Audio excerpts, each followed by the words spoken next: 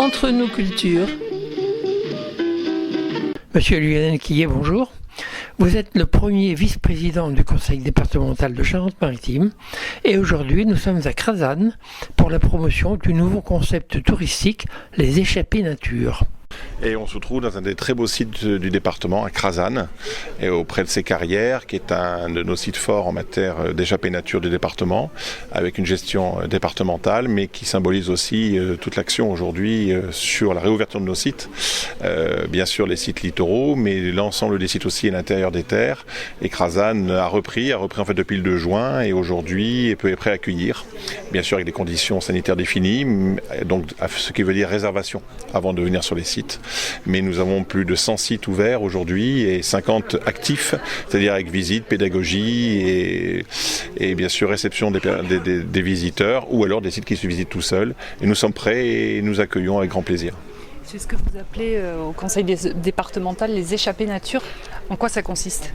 Eh bien, nous avions une politique depuis 40 ans qui avait été bien menée, mais qui était une politique de protection, mais qui était surtout un département qui est très grand. Et il nous fallait rassembler un petit peu notre action, redonner la stratégie. Donc on a réidentifié, on a réanalysé, on a revu nos partenaires. Nos partenaires sont très nombreux, communes, côté de communes, mais surtout associatifs. Beaucoup d'associations environnementales, que ce soit la LPO, que ce soit des associations de protection des orchidées, que ce soit et ainsi de suite. Et il nous a fallu redéfinir ces objectifs, faire des contrats d'objectifs, refinancer et surtout harmoniser la communication. Si vous êtes en Charente-Maritime, vous allez sur le site Échappée Nature du département, vous prenez la carte et vous avez des balades merveilleuses qui s'offrent sur tout le territoire, aussi bien le long de pistes cyclables avec des trajets faciles, aussi bien sur des actes forts avec une variété. Et donc tout ça c'est Échappée Nature. C'est l'ensemble du département, dans un des départements qui est actuellement considéré comme l'un des départements qui a une vocation environnementale forte, au-delà bien sûr de sa vocation littorale. Avec les mesures sanitaires, il y a des conditions spéciales pour pouvoir accéder à ces sites ? Oui, il y a évidemment le nombre de personnes. C'est pour ça qu'il faut réserver, puisque on accueille des visites à moins de 10 personnes. Donc c'est des visites de groupe, groupées à 9 personnes. Après, dans les salles, c'est au fur et à mesure, mais ça se passe très bien. Et surtout, c'est le moment d'y aller, juin, début juillet, avant l'arrivée peut-être de plus de monde, que nous souhaitons bien sûr. Mais là, c'est le moment de sortir, d'aller voir cette nature qui, avec le confinement, a évolué. Il y a de très belles choses à observer. Et puis, des personnels qui ont été formés, on a pris ce temps-là, qui ont travaillé pendant le confinement et qui maintenant respectent parfaitement les conditions. Donc ce que tout le monde vit tous les jours en allant normalement faire ses courses ou simplement en se déplaçant.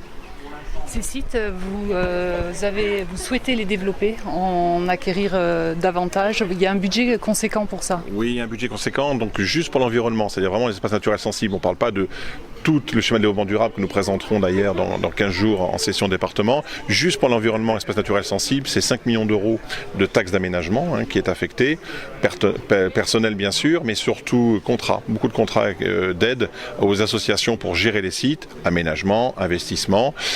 Et ça se développera encore, non seulement financièrement, mais surtout, on a une centaine de sites actuellement développés, 140 exactement, 50 sont actifs. Mais si nous trouvons des partenaires, c'est-à-dire des personnes qui sont prêtes à les animer, à les faire connaître, à les découvrir, nous passerons des contrats objectifs pour encore plus donner de solutions et que le maillage soit encore plus important. La Charente-Maritime, c'est beaucoup de trésors patrimoniaux, mais en matière d'environnement, c'est assez extraordinaire, il reste beaucoup de choses à faire. Échappée nature, ça n'a rien à voir avec le Tour de France, les échappées. Non, vous savez que la plus belle étape du Tour de France va être en Charente-Maritime, donc c'est pour ça que tout le monde sera là. Mais Échappée nature, non, c'était véritablement cet esprit, c'est-à-dire que il y a le bleu de nature qui est lié quand même à son littoral, à son département et à tout son développement.